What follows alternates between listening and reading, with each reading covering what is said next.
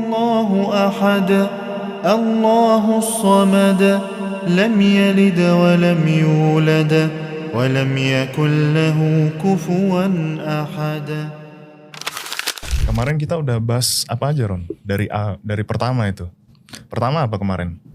Kemarin itu dari ta'aruf, najor, pernikahan, perceraian, poligami itu yang paling ramai kemarin tuh.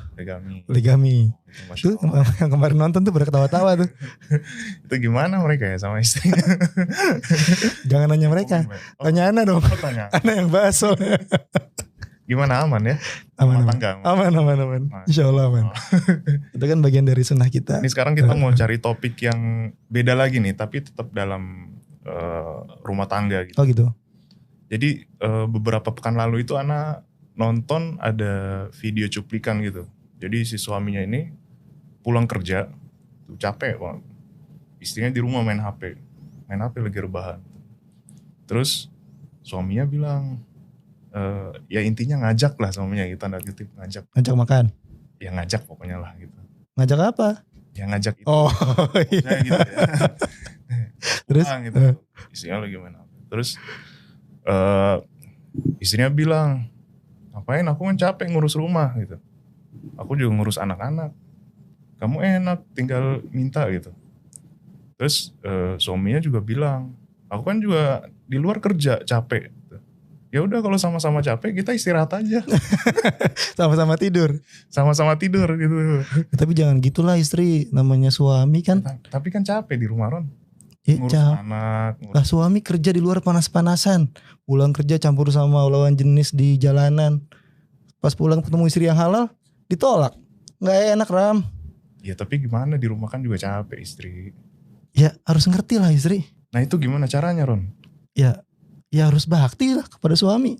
Harus bakti ya. Atau mungkin biar lebih tepat kita coba tanya Ustadz mungkin ya. Assalamualaikum Ustadz. Waalaikumsalam. Apa Ustadz dengerin kita konflik tadi nih? Iya. Jadi emang videonya itu anak kena juga. Oh berasa jadinya? Ya mungkin semua. Soalnya di komen juga banyak gitu loh. Di komen juga, wah ini go banget gitu. Tapi menarik Ustadz. Gitu. Tapi ini menarik banget. Jadi sebenarnya yang salah tuh siapa atau yang benar tuh siapa, Zat? Yang benar tuh harus gimana, Zat? Coba, Zat. Karena mungkin anak tambah, Zat ya. Si suaminya ini mungkin ada kebutuhan gitu, Zat. Sedangkan si istrinya juga di rumah mungkin capek gitu loh. Nah ini mempertemukan itu gimana? Karena bisa jadi ini jadi sumber konflik gitu di rumah tangga.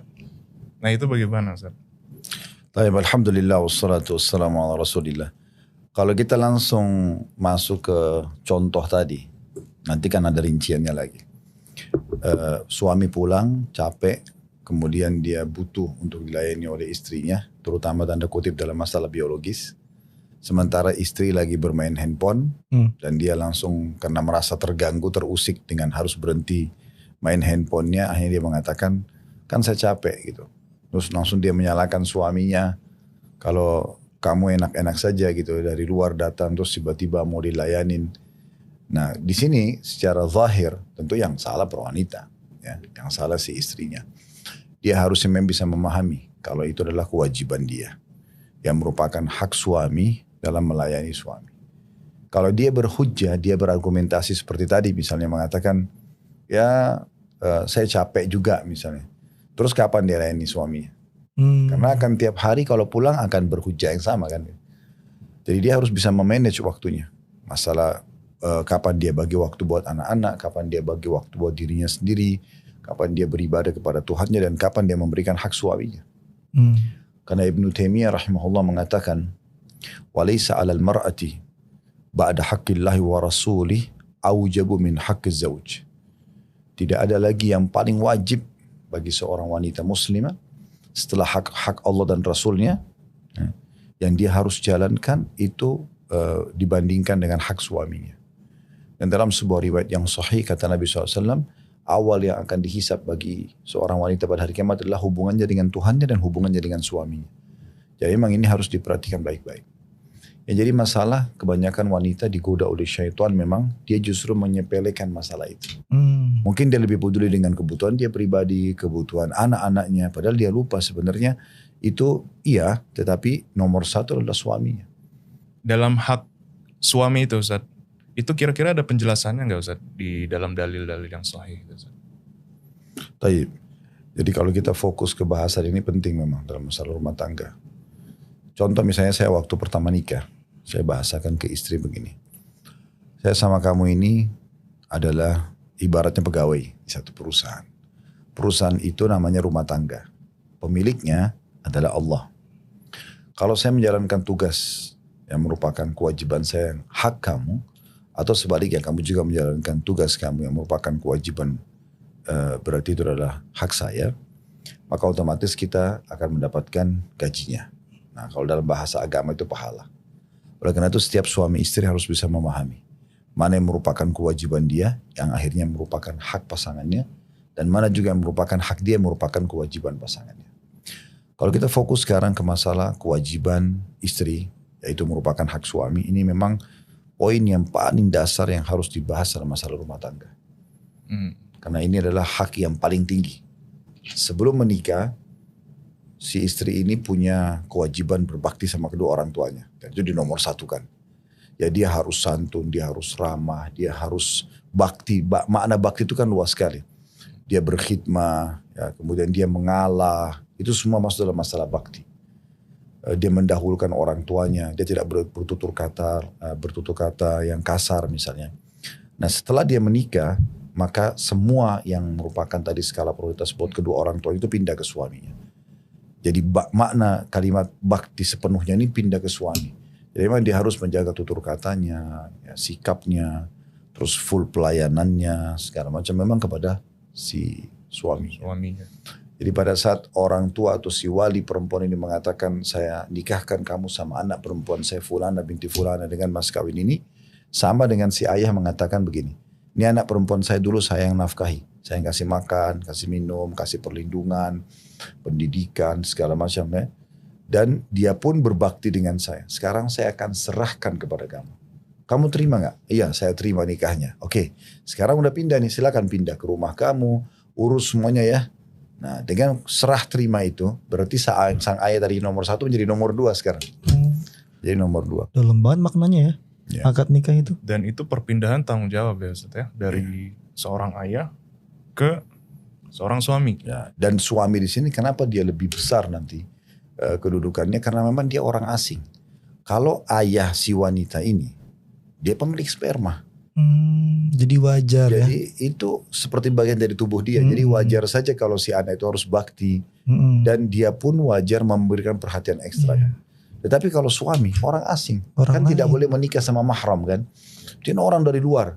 Orang dari luar yang tidak dikenal tiba-tiba datang melamar dia. Dan setelah akad nikah, maka tiba-tiba saja diwajibkan bagi si laki-laki ini untuk melindungi, memberikan nafkah, memberikan pakaian, makanan dan segala macam. Ya, sementara pasti ada feedbacknya kan. Nah, si perempuan juga harus bakti, berbuat baik, mengalah, memberikan yang terbaik untuk suaminya.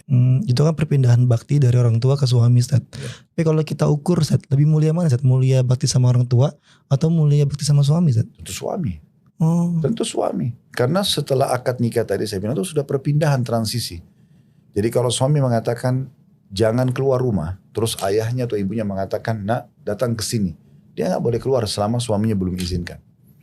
Jadi udah gak bisa. Dan suami ini ada ekstra. Ekstranya itu dia satu-satunya orang yang bisa melihat tubuh si wanita ini. Sekaligus menikmatinya. Sementara sang ayah itu gak bisa. Sampai umur tamiz. Umur tamiz itu umur 7-8 tahun. Udah bisa membedain jenis kelamin. Itu udah gak bisa lagi kan sang ayah untuk melihat badan tubuh anak perempuannya. Anak perempuan itu juga sudah akan risih gitu. Dia kalau sudah 7 tahun, 8 tahun dia mau dimandiin sama dia gak mau. Gitu. Nah, tapi suami dia bisa menikmatin semuanya dan tidak ada poliandri dalam Islam. Artinya si perempuan ini hanya mengabdi kepada satu laki-laki ini. Karena kan kalau poliandri berarti 2 suami, dua-duanya tuangkan sperma lalu hamil si wanita, siapa ayahnya? Iya, gak jelas. Ya, jadi memang kedudukannya itu luar biasa. Dalam sebuah hadis yang sahih ada seorang wanita, masih gadis dia. Di masa Nabi SAW sebelum menikah dia datang ke Nabi. Dia mengatakan, ya Rasulullah sebelum saya nikah saya ingin tahu apa hak suami saya. Atau bagaimana kedudukan hak suami saya. Sebelum menikah, Sebelum menikah. Mencari tahu itu. Ya dia mau tahu nih sekarang kalau saya nikah nanti gimana nih saya menghadapi suami saya nanti. Jarang banget tuh perempuan kayak gitu. Ya, Masya Allah. maka Nabi SAW bilang, ketahuilah kalau seandainya di tubuh suamimu itu luka dan bernanah, serta engkau membersihkan dengan lidahmu, jadi bukan dengan tanganmu, maka engkau masih belum bisa memberikan haknya. Allah. Jadi saking besarnya hak suami itu. Dan ini memang harus selalu disyiarkan, disampaikan agar setiap muslimah memahami masalah itu. Setiap ayah wajib, setiap saudara wajib memberikan peringatan kepada anaknya, kepada saudarinya. Setiap suami mengingatkan istrinya tentang masalah ini. Nah, karena berbahaya sekali. Kalau ayah sama ibu saja nggak boleh mengatakan dalam surah Isra, maka sama suami pun tidak boleh mengucapkan Sama, bahkan lebih besar hukumnya kepada suami daripada kedua orang tua. Lebih besar, Ustaz. Ya, makanya tadi kan Nabi SAW mengatakan tuh kalau seandainya luka bernanah di tubuh suamimu dan kau bersihkan dengan lidahmu, kau masih belum bisa memberikan haknya. Dalam riwayat yang sahih juga Aisyah mengatakan, wahai para wanita, kalau seandainya kalian mengetahui besarnya hak suami kalian, maka kalian akan mengambil debu telapak kakinya yang kalian letakkan di pipi kalian. Masya Allah. Di saking besarnya. Berarti harus sering diingatkan tuh istri-istri kita. Penting tuh. Tapi gini, Ustaz, Ana pribadi pengen mengingatkan istri Ana nih, atau istri-istri kita lah ya, jangan istri Ana doang nih. Yeah. Masalah bakti terhadap suami. Kan kita belum paham nih cara menyampaikan yang baik seperti apa. Kadang cuman kayak nge-share ceramah ustadz-ustadz masalah hak suami nih, nge-share. Dia balik nge-share lagi saat masalah hak istri. Akhirnya saling sindir tuh masalah itu tuh. Padahal ustadznya antum-antum. Akhirnya saling sindir.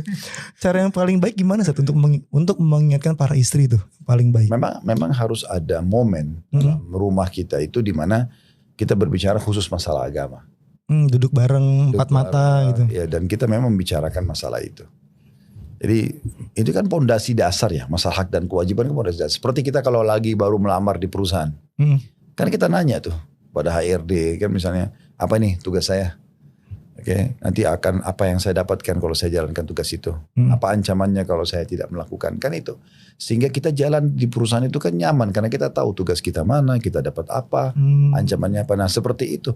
Jadi nggak bisa rumah tangga itu berjalan begitu saja tanpa menyadari tentang hak dan kewajiban. Itu pondasi dasar harus bisa dibicarakan. Komunikasi kuncinya, Ustaz. Ya, dan komunikasi ini memang dipilih waktu khusus. Ini kita bicara yuk tentang masalah hak dan kewajiban supaya aku ini tidak keluar dari koridor, kamu juga tidak keluar dari koridor. Nah, gitu.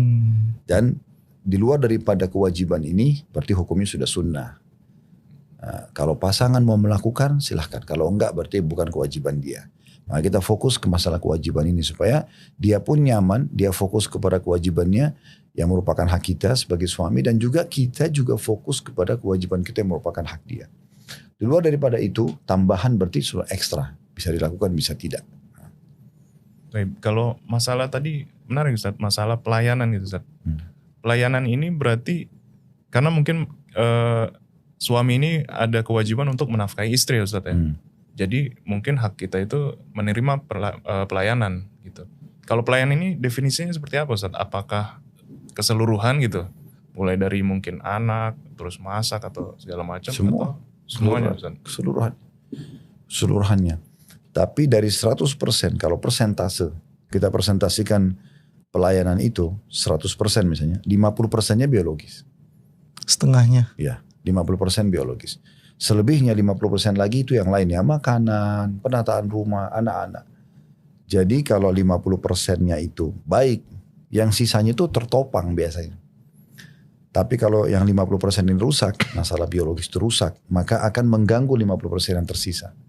Makanya dalam Islam itu sangat ditekankan masalah itu kan.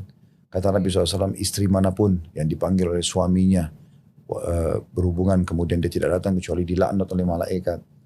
Istri manapun yang sedang berada di corong asap rumahnya dipanggil oleh suaminya, dia wajib datang. Dalam riwayat itu riwayat-riwayat yang sahih semuanya. Sampai ada pernah wanita datang kepada Aisyah mengatakan, wahai Ummul Mukminin, bagaimana tanggapan Anda di saat kami diminta untuk melayani suami padahal kami lagi kesal. Lagi memang gak mood. Apakah itu wajib buat kami melayani biologisnya, melayani apa yang dia butuhkan? Kata Aisyah, iya. Walaupun seseorang di antara kalian sudah naik di atas tunggangannya, di untanya. Kalau zaman itu unta kan, masih kan sekarang mobil udah mau pergi, Suaminya panggil tetap dia harus datang. Dia tinggalkan semua aktivitas yang lain demi untuk suaminya. Kalau si istrinya menawar boleh Ustaz? Misalkan saya lagi capek nih suami, boleh nggak besok aja? Itu boleh nggak Ustaz? Ini nama-nama lebih niat ya. Hmm. Kalau memang betul-betul dia dalam kondisi sakit, memang dia letih sekali, itu lain. Karena itu dia sendiri yang tahu. Ya. Dan itu biasanya sesekali terjadi. Tapi kalau rutin terjadi penolakan, rutin terjadi pembengkalian kewajiban ini berarti bukan masalah masalah negosiasinya, tapi masalahnya memang dia tidak mau menjalankan kewajibannya. Dan ini bisa masuk dalam bab nusyul. Yang Allah sebutkan dalam surah An-Nisa, wallati takhafuna nusyudahunna fa'iduhun. Para wanita yang kalian khawatirkan nusyud itu pembangkangan. Tidak mau jalankan kewajibannya. Ya. Maka fa'iduhun, ingatkan mereka. Kalau mereka nolak juga, ya, wahjuruhunna fil madaji', boikot mereka di ranjang. Kalau mereka masih nolak, wadribuhun, pukul mereka. Tapi ulama tafsir mengatakan pukulan darbatun ghairu mubarrah, pukulan yang tidak berbekas. Kata dalam hadis kata Nabi SAW tidak boleh memukul wajah, gitu kan, tidak boleh menjelek-jelekkan. Tapi dia menggunakan bahasa-bahasa yang sebagian ulama mengatakan pukulan itu dengan kayu siwak atau dengan jari telunjuk. Kalau sudah sampai pada tingkat pembangkakan yang sangat tinggi. Lalu Allah bilang di penutupan ayatnya, wa inna ta'nakum fala tabghu 'alaihinna sabila. Tapi kalau mereka sudah patuh pada kalian, jangan kalian sengaja mencari-cari lagi kesalahannya. Nah, tapi ini bisa masuk ke bab nyusyun. Kalau dia selalu menolak, selalu membangkang, selalu membantah. Lalu dia hidup untuk siapa kalau bukan untuk suaminya? Toh dia hanya disuruh berkhidmat dengan satu orang ini. Bahkan orang ini mengalahkan kedudukan ayahnya. Lalu dia fokus kepada suaminya. Selebihnya tambahan ke anaknya, ke rumahnya. Itu sudah cukup untuk memberikan dia tiket ke surga. Dapat tiket surga Ustaz, bakti sama suami. Kan begitu kata Nabi SAW. Ayyamam beratin salat khamsaha. Istri manapun yang menjaga salat 5 waktu. Gak disebutin salat sunnah. Wa shamat syahraha. Lalu kemudian dia puasa Ramadannya. Gak disebutkan puasa sunnah. Puasa yang wajib saja. Wa ata'at zawjah dan ba'alaha. Dan mentaati suaminya. Qila laha udkhilil jannata min ayba abwabin syi'ti. Kau boleh masuk dari 8 pintu surga, yang mana kau mau? Yang mana kau mau? Pada saat dia meninggal ya. Jadi itu luar biasa sebenarnya. Jadi cuma di 3 hal ini dia fokus. Jadi kedudukannya berarti sholatnya, sholat wajib yang merupakan Nabi sendiri menerimanya harus ke langit. Isra Mi'raj gitu kan. Kemudian puasa Ramadan setahun sekali dan ini kewajiban bagi semua muslim yang balik. Kemudian diikuti dengan taati suaminya. Maka 3 loh. Ya, cuman 3 itu. Jadi kedudukan suami itu luar biasa. Setelah puasa dan sholat datang suami. Iya. Enak banget Ram kayak gitu. Cuman 3 yang wajib-wajib. Tapi yang 3 ini 8 pintu surga dilakukan. Enggak juga. Enggak, 3 mungkin. Makanya butuh pembekalan ilmu agama. Nah, tapi itu enak banget, dapat keutamaan tersendiri para istri-istri itu. Nah kalau suami Ustaz gimana? Punya gak keutamaan yang serupa kayak gitu terhadap istrinya Ustaz? Itu nanti ada bahasan sendiri. Ada bahasan tersendiri, ntar di part 2 nih. Siap-siap. Jadi supaya tidak tumpah tindih, kita fokus dulu ke. Buat suami-suami yang iri, sabar. Ini kita bahas istri dulu. Tapi Ana boleh balik ke tadi Ustaz, masalah biologi Ustaz. Misalnya si istri ini misalnya capek Ustaz, cuma memang harus melayani. Ketika melayani itu kayak anggaplah tidak ikhlas gitu Ustaz. Maksudnya ya udahlah gitu. Oh, yang penting kewajiban selesai. Yang penting selesai gitu. Nah itu gimana Ustaz? Mirip dengan orang sholat tapi capek. Cuma ini kan kewajiban dia harus kerjakan. Kita kan tidak bisa bilang sholatnya gak sah. Selama dia penuhi syarat-syarat dan rukunnya. Udah dia layani suaminya semampu dia dapat pahalanya. Ya, gitu. Tapi kan yang harus difahami di sini, kalau dia sifatnya sesekali, suaminya juga harus bisa beri pengertian kan. Maksudnya bisa mengerti, oh ternyata memang istri saya lagi capek misalnya, atau lagi sakit gitu kan. Karena juga dia tidak maksimal bisa melayani. Gitu. Tapi kalau ini terulang seringkali, ini berarti sudah permainan syaitan. Nah itu dibalik ke ilustrasi video yang tadi Ana cerita yang pas awal gitu. Di kolom komentar itu ada yang komen Ustaz, saya itu sampai gak berani ngajak istri gitu. Gara-gara ditolak terus. Jadi dia sendiri udah gak berani ngajak. Jadi males itu Ustaz. Sampai ada poin seperti itu gitu loh. Oke, sekarang gini aja, kita susun aja. Kira-kira apa aja sih yang merupakan hak suami yang akhirnya menjadi kewajiban istri. Ya. supaya dia lebih sistematis. Yang pertama itu memang ketaatan dan mencari ridho. Itu kewajiban pertama istri yang merupakan hak suami. Jadi kita ini sebagai suami bisa kita minta dan tuntut itu. Karena itu hak dalam melalui wahyu. Kecuali dalam maksiat itu Ustaz ya. Ya, Semuanya. itu nanti ada pengecualian. Tapi ketaatan dan mencari ridho ini nomor satu kewajibannya. Sebelum yang lain-lain. Sebelum biologis tadi, sebelum semuanya. Karena Nabi SAW sudah mengatakan dalam hadis yang sahih, "Lau kuntu amiran ahadan yasjuda li ghairillah la amartu al-mar'ata tasjudu li zawjiha." Atau kama qala Nabi SAW. Kalau seandainya boleh aku perintahkan seseorang sujud kepada selain Allah, aku akan suruh istri sujud kepada suaminya. Jadi perbuatan yang paling tinggi, puncak penghinaan seorang hamba kepada Tuhannya itu pada saat sujud. Karena dia meletakkan kepala yang mulia di tanah. Disitulah puncak kemuliaan yang luar biasa gitu. Memuliakan Allah subhanahu wa ta'ala. Dan itu puncak penghinaan seorang hamba di hadapan Tuhannya. Makanya kata Nabi SAW, akrabu abdun ilallahi wa huwa sajid. Paling dekatnya seorang hamba pada Tuhannya pada saat dia sedang sujud. Nah Nabi SAW datangkan perumpamaan itu. Sujud yang merupakan paling dekatnya seorang hamba sama Tuhannya. Dan ini bentuk penghinaan full seorang hamba kepada Tuhannya. Maka Nabi berikan contoh itu. Kalau seandainya boleh sujud ini. Nabi nggak jelaskan ruku, nggak berikan contoh i'tidal, nggak berikan contoh yang lain. Tapi kalau boleh sujud kepada selain Allah, saya akan suruh istri sujud pada suaminya. Nabi tidak sebutkan ini, tidak pernah disebutkan bahasa yang mirip ini. Misalnya saya akan suruh anak sujud pada orang tuanya, nggak pernah ada. Belum pernah ada bahasa, belum ada satu riwayat pun dalam masa. Tapi disuruh istri sujud pada suaminya ini ada. Dan ini kan memaknakan kalau bukan karena larangan Allah, maka saya akan suruh sujud. Dalam sebuah riwayat yang lain pernah Muadz bin Jabal radhiyallahu anhu pulang dari Yaman setelah bertugas dakwah. Beliau tiba di Madinah langsung sujud di bawah kaki Nabi SAW. Beliau sujud di bawah kaki. Nabi suruh berdiri hai Muadz. Kenapa kau lakukan ini? Dia bilang ya Rasulullah, di Yaman, di negeri yang saya berdakwah, orang-orang di sana kalau muliakan kepala sukunya, orang yang dituakan, pasti mereka sujud. Dan saya menganggap Anda adalah orang yang paling pantas saya sujudi. Maka keluarlah sabda Nabi SAW ini, tidak boleh hai Mu'ad. Kalau seandainya boleh sujud kepada selain Allah, aku akan suruh istri sujud pada suaminya. Jadi maknanya dalam sekali. Dalam banget. Dan kata Nabi SAW dalam hadis yang lain, langsung saya terjemahkan ke bahasa Indonesia. Kata Nabi SAW tidak ada seorang istri yang menyakiti atau membuat suaminya murka, marah, sakit hati misalnya. Kecuali yang di langit Allah langsung terlibat murka pada wanita tersebut sampai dia buat suaminya ridho.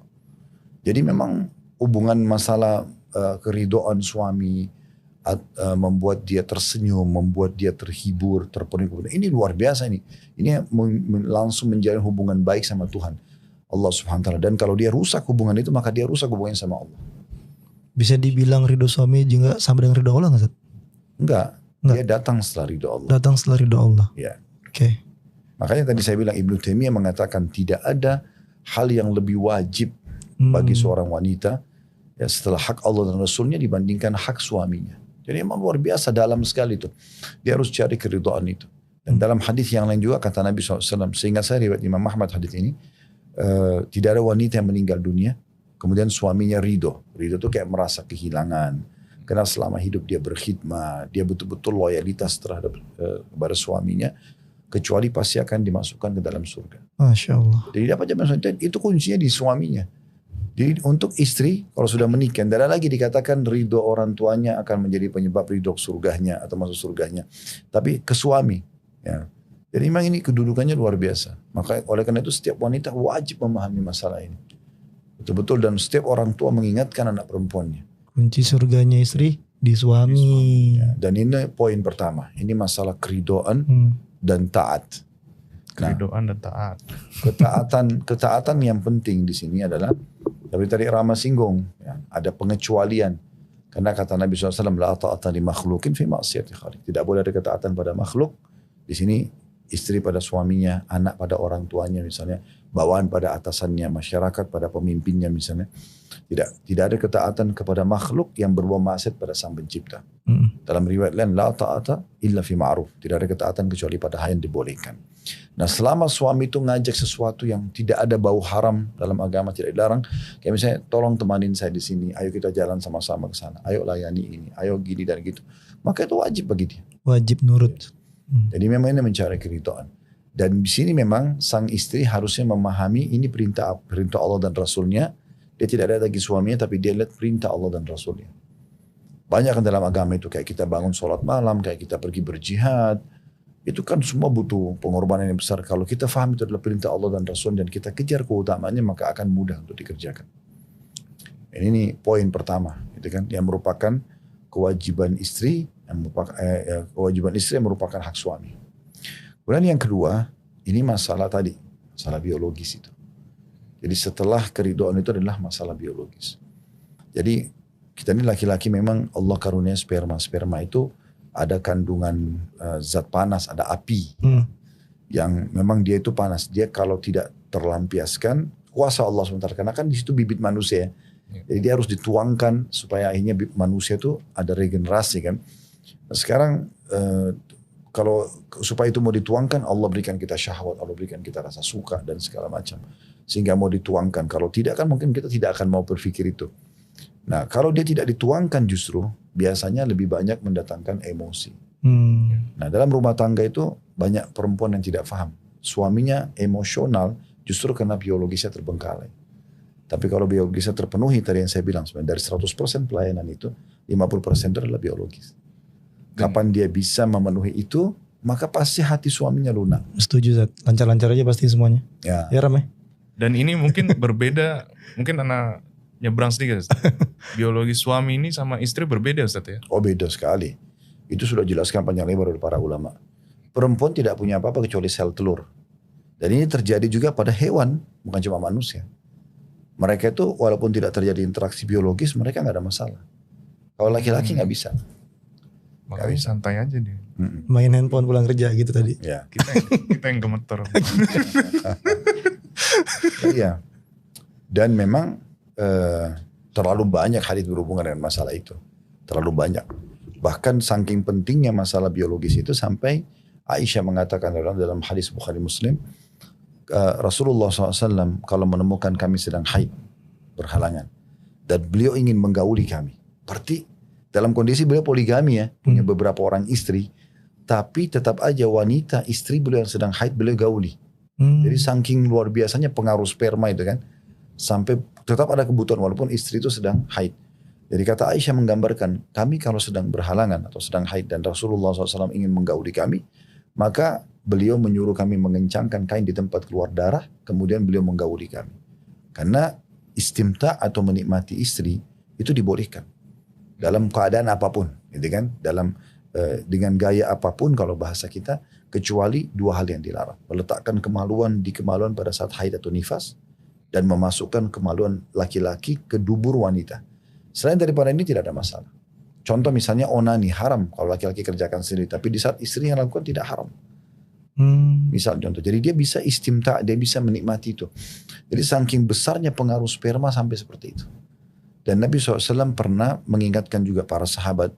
Satu waktu Nabi SAW lagi jalan dengan para sahabat, tiba-tiba beliau mampir di rumahnya, lalu kemudian beliau biologis. Dan beliau keluar dalam kondisi sudah mandi. Dan para sahabat faham kalau Nabi SAW baru saja melakukan hubungan biologis. Dan beliau mengatakan, ketahuilah bila seseorang di antara kalian merasa terganggu dengan wanita di luar rumahnya, saya bukan halal buat dia, kembalilah ke istrinya karena istrinya memiliki apa yang dimilikinya. Ini yang bahaya nih, pulang kerja ketemu lawan jenis, satu kereta gitu kan, pulang istri nolak, itu yang bahaya Ustaz. Nah itu poin berbahaya sekali. Makanya sang istri itu dia harus betul-betul pintar memanage waktu. Jadi kalau suami sudah mau pulang, dia udah anak ini sudah aman. Nah ini masalah handphone ini memang tidak boleh disentuh lagi. Memang dia ini kesibukan dengan medsos, dengan handphone ini membuat dia melupakan kewajiban dia. Jadi anak-anak itu sudah selesai makannya, sudah mandi. Kalau perlu suami mungkin pulang sudah diistirahatkan gitu kan. Jadi memang dia punya waktu dengan suaminya. Nah itu harus dilakukan memang. Kalau kita bahasakan, kalau saya pulang handphone taruh ya, boleh saat kayak gitu? Boleh, tetapi nanti kita bahas. Jadi dalam membahasakan kepada wanita juga ini beda. Kalau anak sama antum nih, laki-laki sama laki-laki, beran, anak gak suka antum pegang handphone kalau dia ngomong. Antum langsung bisa ngerti. Belak-belakan gitu ya. Karena kita laki-laki sama laki-laki dan kita ini dominan akal. Akal itu masalah, solusi. Kalau kita dapat teguran atau kita dapat sapaan dan kita ada sesuatu yang kita lihat butuh perhatian, pikiran kita langsung ke solusinya. Kalau perempuan tidak, mereka dominan perasaan. Jadi mungkin dengan merayu dia sehingga dia meninggalkan handphonenya itu. Misal masa kamu lebih pilih handphone dari aku sih? Dipilih kata-katanya ya. Atau iya, atau bahasa-bahasa apa? Nah itu mungkin menghadapi istri dengan menghadapi anak ini hampir sama, beda tipis gitu. Nah, Imron jago itu Ustaz. Jadi memilih kata-kata yang tepat. Gitu. Jago Imron. Gimana Ron? Oke, dalam masalah hak biologis ini supaya kita laki-laki juga terpenuhi, maka kita perlu memahami kejiwaan wanita. Mereka itu ada masa-masa di mana seperti menjelang haid misalnya. Iya benar Ustaz. Kadang-kadang beda suasananya. Emosinya, yang kejiwaannya dia memang tidak bisa kontrol kadang-kadang. Atau mungkin dalam kondisi dia punya permasalahan. Kita ini laki-laki memang Allah ciptakan sudah biasalah. Nagih utang, punya masalah. Panas-panasan dulu. Ya, jadi kita ini kayak orang yang memang orang luar rumah. Orang yang siap menghadapi permasalahan lah. Jihad, gitu, cari nafkah, ngantar jenazah. Nah kalau perempuan memang enggak. Jadi mereka tuh kalau ada masalah mungkin lebih sensitif dalam masalah-masalah seperti ini. Nah, bagaimana kita pintar-pintar di sini untuk bisa merayu dia lah, gitu kan? Makanya kata Nabi SAW, mulailah biologis kalian dengan utusan-utusan. Kata para sahabat, ya Rasulullah, apa itu utusan-utusan? Nabi menggunakan bahasa Rasul. Iya, utusan. Ya. Lalu kata Nabi SAW, ciuman. Oh. Ya, jadi dicium, dirayu, dielus gitu kan. Yang romantis. Diajak makan sama-sama, diberikan hadiah. Nah sehingga dia terbelilah si tanda kutip dan kemudian terjadilah interaksi. Nah biasanya ini contoh, ini sebagai contoh saya di hewan-hewan itu kan biasanya ada jenis hewan jantan dia mengeluarkan suara tertentu. Oh iya, saya tahu. Atau ayam biasa ya ada kepakan sayap. Iya. Dan tentu itu sebenarnya itu seperti itu bahasanya, kalau kita kan manusia berbeda. Cerminan seperti itu lah ya. Ya maksudnya ada upaya dari sang jantan ini memikat si betinanya. Gitu. Mungkin contoh saja ya, banyak juga ikhwah kita ini yang tidak paham masalah ini. Mereka pulang kerja betul memang capek, tapi kan antum kena asap di luar rumah, antum berantakan lah penampilannya, badannya bau. Tiba-tiba lihat istri yang sudah cantik, udah mandi, langsung mau dijama aja. Kan kita bisa bayangkan bagaimana kalau istri kita yang sedang mau biologis, sementara dia masih bau masakan, bajunya masih kotor, kan tidak pantas. Jadi yang masuk akal juga, kita masuk rumah, mungkin yang paling bagus tuh kita mandi dulu, fresh, pakai parfum, pakai baju yang bagus, duduk ngobrol, dengarin dulu lah mungkin 15 menit setengah jam problem dia selama 8 jam kita tinggal apa aja sih. Dia buat apa saya tadi. Jadi dia tuh merasa kita hadir dalam hidupnya. Nah setelah itu baru kita bisa masuk ke interaksi biologis. Dibeli dulu berarti ya. Jangan langsung minta hak jor-joran gitu. Dipikat dulu dengan kata-kata yang romantis. Gimana? Jangan buka di sini. Nah itu yang kedua itu. Jadi itu masalah biologis. Dan ini Pak suami istri wajib merenungi hadis Nabi SAW waktu sahabat-sahabat miskin datang dan mereka mengatakan begini, ya Rasulullah, sahabat-sahabat kaya kami mengalahkan pahala kami. Karena kami sholat, mereka sholat, kami puasa, mereka puasa, tapi mereka mengalahkan kami dari sedekah harta mereka. Ajarkan kami amalannya, kami bisa menyamai sedekah mereka. Kata Nabi SAW, Allah memberikan kalian banyak sekali sumber pahala. Lalu Nabi rincikanlah, tapi diantaranya kata Nabi SAW, di kemaluan kalian ada sedekah. Nabi sebutin kemaluan karena orang miskin ini, di masa itu mereka menikah mudah. Ya, mereka menikah sama orang yang sepadan, sekufu, udah menikah walaupun mereka sama-sama tidak mampu. Jadi interaksi biologis kalau sudah suami istri gratis kan gitu. Mereka bukan kayak pelacur harus bayar segala macam. Maka Nabi SAW bilang di kemaluan kalian ada sedekah yang besar. Maksudnya besar sekali dibandingkan setara dengan sedekahnya orang-orang kaya itu.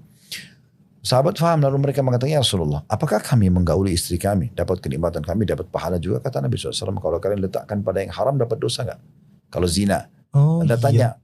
Nah, tapi sahabat sudah gak jawab lagi karena sahabat sudah faham. Ya. Kata Nabi SAW, begitu juga kalau kalian letakkan pada yang halal. Jadi suami istri itu harus faham, setiap interaksi biologis berarti dia dapat pahala besar setara dengan besarnya dosa zina kalau didosa. Karena kan Nabi SAW memberikan gambaran kalau dia letakkan pada yang haram, zina dosa besar gak? Dosa. Nah kalau dia yang halal, pahalanya besar loh. Oh ini kalau pada paham, pada semangat nih untuk harusnya begitu. Iya, besar pahalanya dong. Ya memang begitu. Harus dibahasakan. Kan setiap ibadah itu supaya kita termotivasi untuk mengerjakan, kita harus cari tahu janji Allah. Tahu ilmunya dulu ya Ustaz. Ya, jadi kayak misalnya kita ingin rajin sholat malam. Ya, sebelum sholat malam baca dulu keutamaan sholat malam itu. Jadi kita tahu apa yang kita dapatkan kalau sholat malam. Sebelum baca Quran, baca dulu keutamaan baca Quran itu supaya kita termotivasi mau baca Quran. Sebelum sedekah, sebelum haji dan umroh, sebelum apa saja baca keutamaannya 5-10 menit kita akan tahu oh saya dapat ini ternyata. Termasuk orang jihad, berperang, menumpahkan darah kan. Apa yang membuat orang berani untuk menumpahkan darahnya? Karena dia tahu, oh saya dapat ini loh. Misalnya. Nah seperti itu. Sama dengan biologis itu. Kalau enggak orang bermalas-malasan. Ada banyak di pengajian itu seringkali ibu ummahat kita mengirimkan pertanyaan via kertas. Ustaz, bagaimana saya harus bersikap? Seperti tadi kalau misalnya suami gak dilayani. Ada banyak juga istri yang mengeluh sama. Suaminya gak layani. Dia sudah dandan, dia sudah rapi, dia sudah coba segala macam, tapi suaminya memang gak mau sentuh dia. Misal, kan jadi masalah. Sampai pernah ada kasus si istri ini sengaja menaruh obat perangsang di minuman suaminya supaya suaminya mau menggauli dia. Jadi memang ini masalah permainan syaitan. Tadi saya bilang kalau rusak biologis itu, rumah tangga 50% sudah rusak. Makanya kata Nabi SAW dalam hadis sahih, iblis itu punya singgasana di lautan. Dan dia ingin menyaingi Allah karena singgasana Allah kan di atas air. Allah mengatakan wa kana arsyu 'alal ma'. Singgasana Allah di atas air. Tapi kata Nabi SAW, iblis tidak akan pernah menyaingi Allah. Dan setiap hari anak cucunya melaporkan, saya baru membuat orang membunuh, saya baru membuat orang mencuri. Bagi iblis yang gak biasa. Sampai ada yang mengatakan, saya baru menceraikan suami istri. Maka kata si iblis, kamu jagoannya.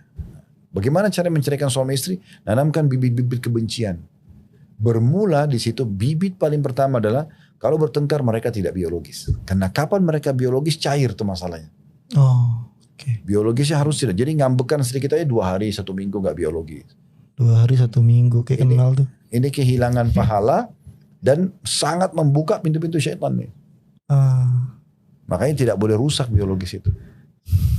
Nah semua yang berhubungan dengan masalah yang bisa membangun, mengembangkan, memperindah biologis itu wajib dilakukan.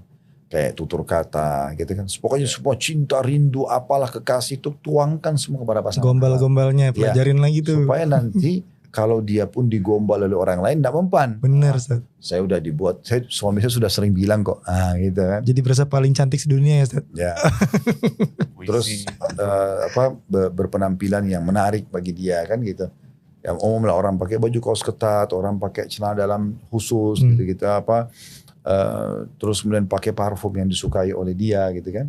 Itu semuanya hal-hal yang positif saja. Kalau dia sampai effort kayak gitu Ustaz, apakah ada tambahan pahala buat dia Ustaz? Ketika dia berusaha lebih maksimal lagi. Iya. Di ibadah itu kapan dia dikemas, kemasannya itu ada nilai pahalanya sendiri. Contoh misal, si A sama si B, dua-duanya mau sholat malam. Yang satu si A ini pada saat dia bangun sholat malam, dia terkaget, udah dia sholat aja dengan baju yang dia pakai, baju kaos misalnya, sarung misalnya, udah dia sholat aja, dapat pahala, tapi hanya sekedar pahala sholatnya saja. Kalau si B, kita kasih contoh si B ini enggak, dia sebelum tidur, dia udah siapin pakaian khusus yang dia mau pakai, dia udah bubuhi parfum, dia udah siapkan kopi khusus, dia sudah siapkan bacaan ayat Al-Quran yang dia mau baca, berapa ayat misalnya, berapa rakaat dia mau sholat, jam berapa dia bangun, ada kemasannya. Kemasannya ada nilai pahala sendiri. Orang kalau si A misalnya mau sedekah, dia ya tidak lihat dari awal, tapi begitu di jalan lihat orang miskin, kesian dikeluarin dari kantongnya uang Rp5.000 misalnya. Beda pahalanya dengan si B yang mengemas. Memang dia sudah sendirikan di kantong sebelah kiri atau sebelah kanan 100.000 untuk saya kasih orang miskin. Memang dia sudah niat dari awal. Uangnya itu pun baru, masih grass gitu kan, belum pernah disentuh orang, mungkin uang-uang baru dari bank.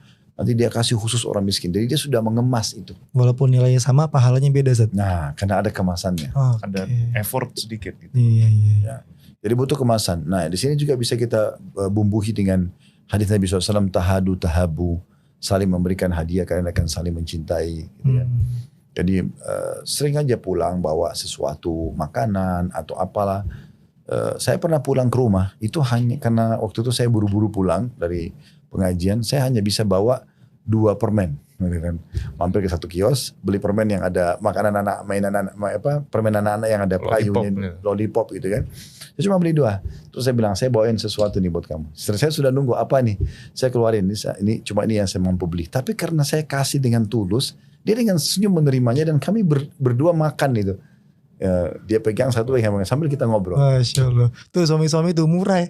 Cuman 2 permen doang tuh. Masya Allah. Jangan malas-malasan buat ngerayu istri makanya. Cuman 2 permen. Harus bisa lebih. Harus bisa lebih, jangan permen doang. Ya mungkin bisa yang lain. Mungkin misalnya beli kue. Saya pernah di pengajian di Taufik Akbar di salah satu kota gitu. Kok ada unik benar, saya pertama kali lihat gitu ya.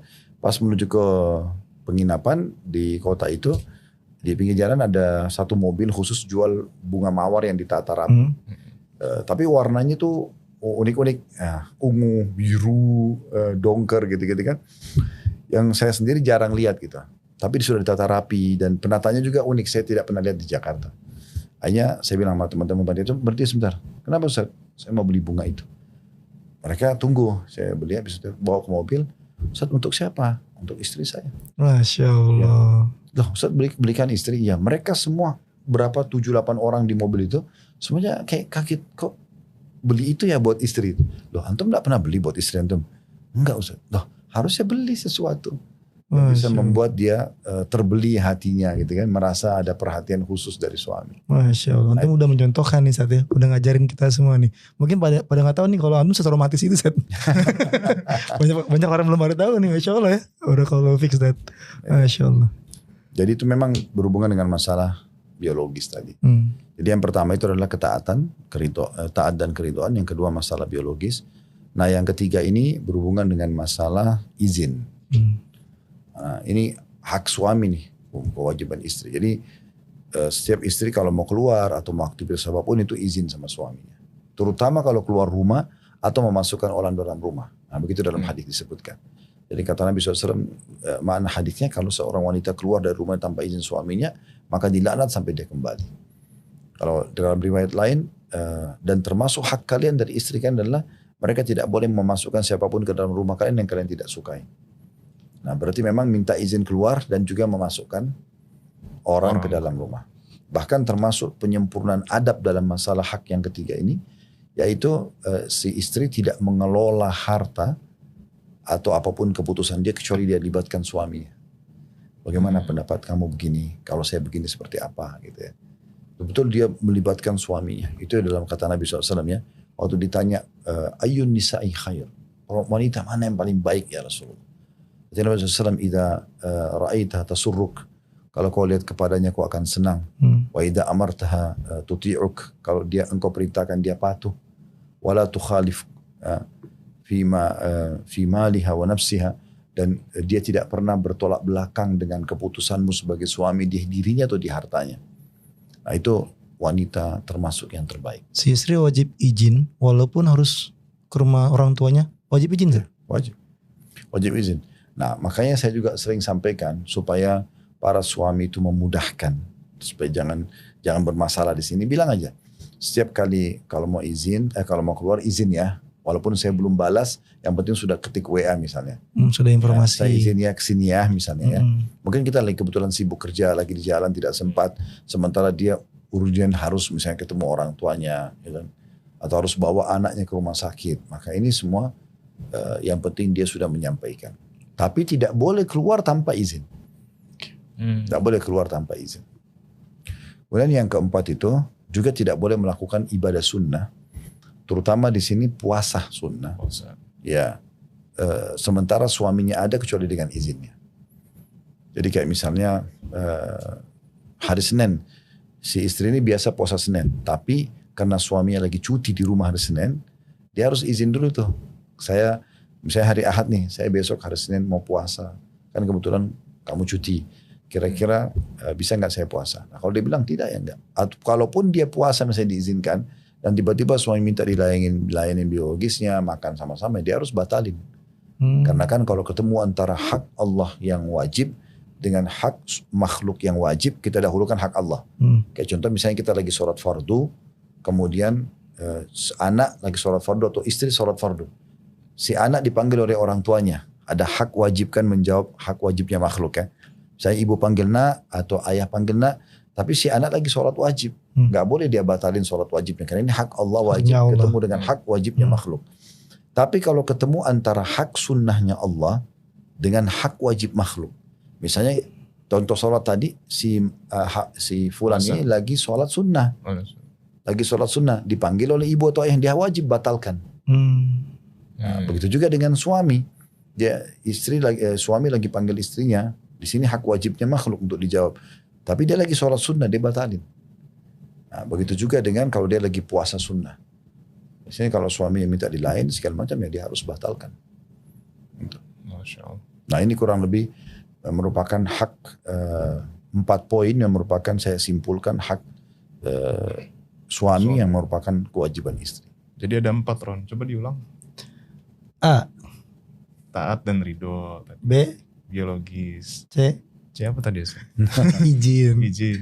Yang D, Yang keempat tadi masalah apa tadi? Ibadah sunnah, Ibadah sunnah. puasa sunnah harus. Jadi hak sunnahnya Allah itu kalau ketemu hak wajibnya ya manusia. kalah sama wajibnya manusia. Nah, begitu, Ron. Jadi intinya ini harus disampaikan, bukan disampaikan ya Ustaz ya. Suami dan istri juga harus tahu ya Ustaz ya. Ini dibahasakan. Tadi yang Ustaz bilang 4 mata Ya. ngomong pelan-pelan gitu. Dan maksudnya ini mumpung ya kalau ada bujang-bujang yang nonton gitu loh sebelum menikah. Nah ini harus ilmunya tahu. nih. Ini Cari tahu nih gitu ilmunya loh. dulu. Bukan bujang sih. Oh ini ahwat-ahwat kita. Ya, Kan untuk betul. hak suaminya. Cuma kan suami nanti. juga harus tahu juga gitu loh. Boleh. Maksudnya biar bisa disampaikan Mm-mm. pasangannya. Nanti kita khususkan aja satu sesi khusus kita balik. Nah setelah ini saat langsung kita balik. Iya, Ana yakin nih Apa? episode ini banyak yang komen ibu-ibu. Kok ini gitu? Nah, ternanya kapan yang haknya istri kapan? Sabar Bu, sabar. Kita lagi produksi nih Bu. Doain lancar semuanya Bu. Apa nggak usah cukupin aja ya? Gimana? Jangan. Jangan nanti panjang. Nah, itu nanti egois. Oh egois. Ya. Oke. Banding, Masya Allah. Masya Allah, jazakallah khair Ustaz untuk ilmunya dari awal tadi. Masya dari Allah. poin Daging pertama semua tuh. sampai dengan poin keempat. Hmm. Dan itu bukan hanya untuk istri tapi buat kita para suami juga Ya, harus paham juga. harus paham. Supaya bisa menyampaikan. Bisa menyampaikan dan bukan buat istri juga, bahkan buat anak perempuan ya. Anak di rumah ada 2 anak perempuan, Imron juga. Tuh. Insya Allah. Allah itu harus disampaikan benar-benar karena kalau nanti mereka menikah pun itu harus dilakukan gitu loh. Ya. Tapi, insya Allah cukup sampai sini Ustadz, dan teman-teman yang menyaksikan program ini kita akan ketemu lagi di episode berikutnya ya. Yang ditunggu sama ibu-ibu nanti. Oh, Masya Allah. Tungguin aja ya Bu. Tapi insya Allah kita akan ketemu lagi di program kita diskusi Dialog seputar keluarga Islami.